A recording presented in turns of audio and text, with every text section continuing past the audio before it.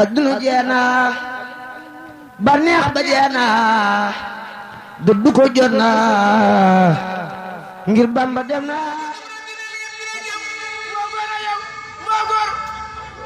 بين دلالو بين خداوتري وهو المجاور في أهلي وفي وطني بي أنافق